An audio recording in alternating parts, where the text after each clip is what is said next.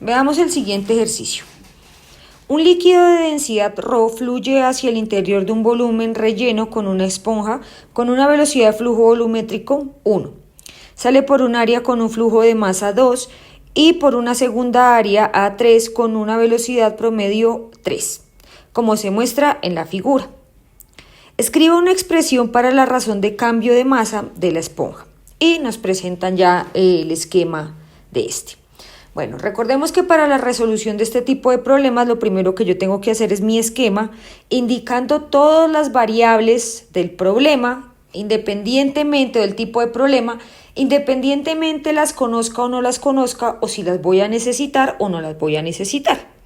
Entonces así vamos a escribir para estas tres corrientes, por decirlo así, 1, 2 y 3, cada uno de nuestros variables. Entonces tenemos, yo les decía que la mejor forma es hacer un listado de esos datos o variables que necesitamos. Y entonces, ¿qué variables vamos a necesitar? Vamos a necesitar la densidad de este fluido, ¿cierto? La densidad del fluido. Vamos a necesitar el flujo másico, el flujo volumétrico. Vamos a necesitar la velocidad de flujo, vamos a necesitar el área y vamos a necesitar el volumen específico. Bueno, hacemos como una pequeña tabla indicando entonces las corrientes. Entonces aquí va la corriente de entrada 1, y las corrientes de salida que son 2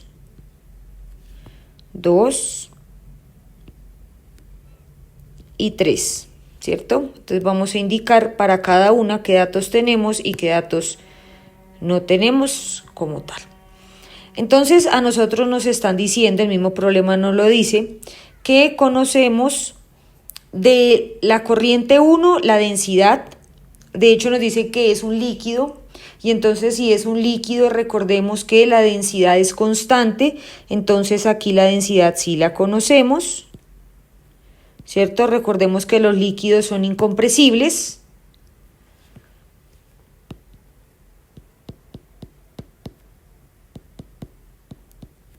Y pues a no ser que nos digan lo contrario, siempre será así. Entonces los líquidos son siempre incompresibles y por eso la densidad es constante. Por otro lado, entonces nos dicen para la primera corriente que tenemos el flujo volumétrico y se llama B1. Para la segunda corriente nos dan M2, nos dan el flujo de masa. Y para la tercera corriente nos dicen o nos dan la velocidad de flujo y nos dan el área, ¿cierto? Este ejercicio en particular tiene algo y es que no tiene números, sino que son solamente simbología. Entonces es como si yo estuviera haciendo solamente el plan de resolución para, si yo quisiera convertir esto en números, fácilmente lo podría hacer. Bueno, entonces listo, ya tenemos todos los datos que nos dan. Ahora, ¿qué nos están preguntando? Y ojo con esto. Nos están preguntando la razón de cambio de masa dentro de la esponja o de la esponja. ¿Qué es la razón de cambio? Entonces recuérdense que la razón de cambio es como un delta de una cosa con respecto a un delta de otra cosa. Es decir, que cuando usted le preguntan la razón de cambio de masa, realmente lo que le están preguntando es la razón de cambio. Esto está un poquito...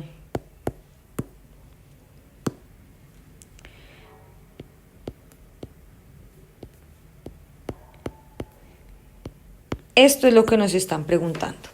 La razón de cambio del flujo de masa dentro de la esponja. Entonces, ¿cómo cambia la masa con respecto al tiempo? Entonces, siempre que nos hablen de razón como tal o velocidad de cambio, entonces nos están preguntando es específicamente eso. Bueno, entonces aquí así las cosas, entonces vamos a tener que montar nuestra ley de conservación de la masa. Recordemos entonces, lo vamos a hacer por aquí a la derecha. Y acordémonos que la ley de conservación de la masa nos dice que el flujo de masa que entra menos la sumatoria de los flujos de masa que salen son igual a la razón de cambio de la masa dentro de ese sistema. Aquí, ¿cuántas entradas tenemos? Las tenemos señaladas con azul. Entonces tenemos una única entrada, ¿cierto? Menos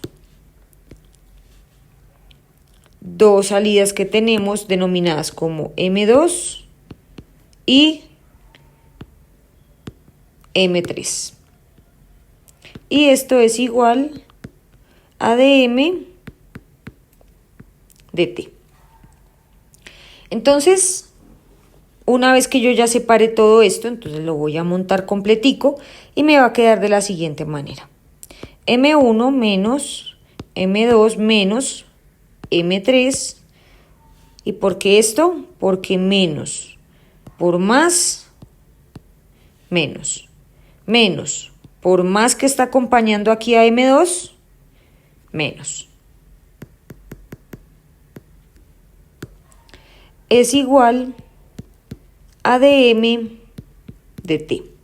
Y entonces, como lo que me están preguntando es específicamente esta parte, ¿qué necesito yo para poderla encontrar? Necesito los diferentes m puntos, que me faltó por aquí poner los puntos, ¿cierto? Y no puedo pasar eso por alto porque si no, pues me voy a equivocar. Y entonces, para poder calcular el dm dt, voy a necesitar estos tres valores. Es decir, que lo que nos están preguntando de mi tabla de datos es este de por aquí, este de por aquí y este que ya lo tengo. Y aquí las tengo. Entonces, tenemos las 5 ecuaciones perfectamente numeradas e independientemente que las use o no las use, es mejor tenerlas a mano. Entonces recordemos que yo tengo que hacer este recorrido por las ecuaciones para cada uno de las tres corrientes, 1, 2 y 3, dependiendo de lo que me están pidiendo o que si lo que yo necesito todavía no lo he encontrado. Entonces, para el caso de nuestra primera corriente vamos a señalar todos los datos que conocemos con el color azul. Entonces, para la corriente 1, ¿qué conozco? Conozco la densidad, ¿cierto? La tacho de cada una de mis ecuaciones.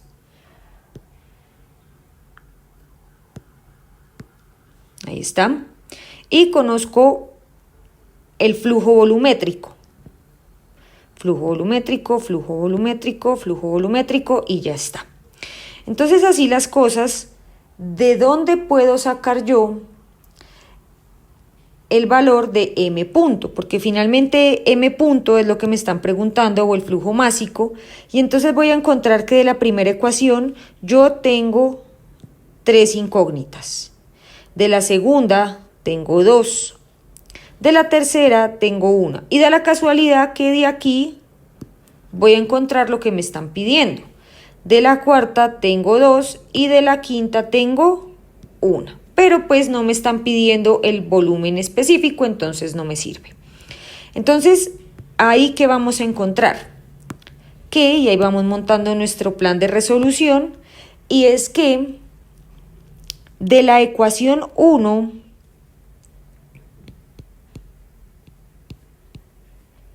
vamos a encontrar el flujo másico 1.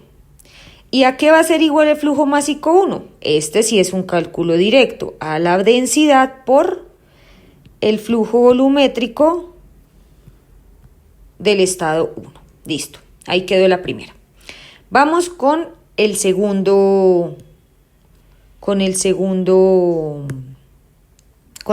corriente.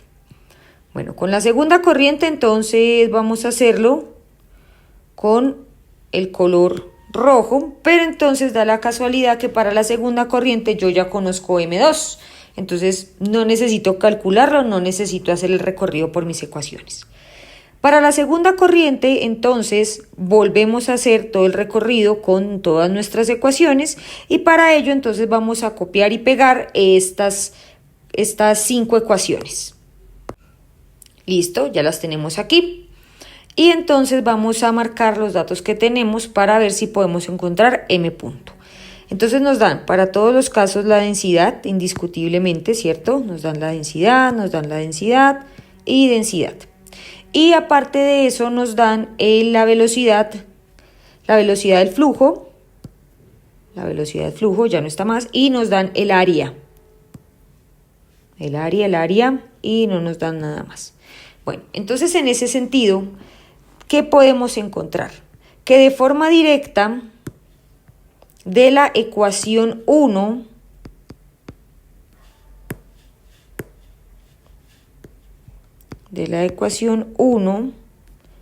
tenemos que m.3 es igual a la densidad por la velocidad por el área. Aquí pues encontré un pequeño errorcillo y es que aquí no es la ecuación 1, ¿cierto? Sino que aquí es la ecuación número 3. Listo.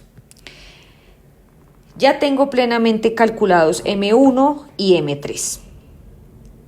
Los llevo a la ley de la conservación. Entonces lo que voy a hacer es que voy a sustituir los valores de M1, M2, M3 por las cosas que encontré y entonces me va a quedar de la siguiente manera. Estos planes de resolución los voy a poner un poco más arriba. Vamos a pasarlos para acá. O por aquí.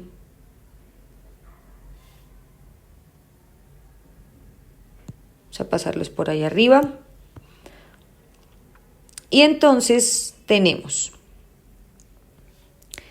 que M1 entonces es la densidad por el flujo volumétrico. Entonces me queda de la siguiente manera.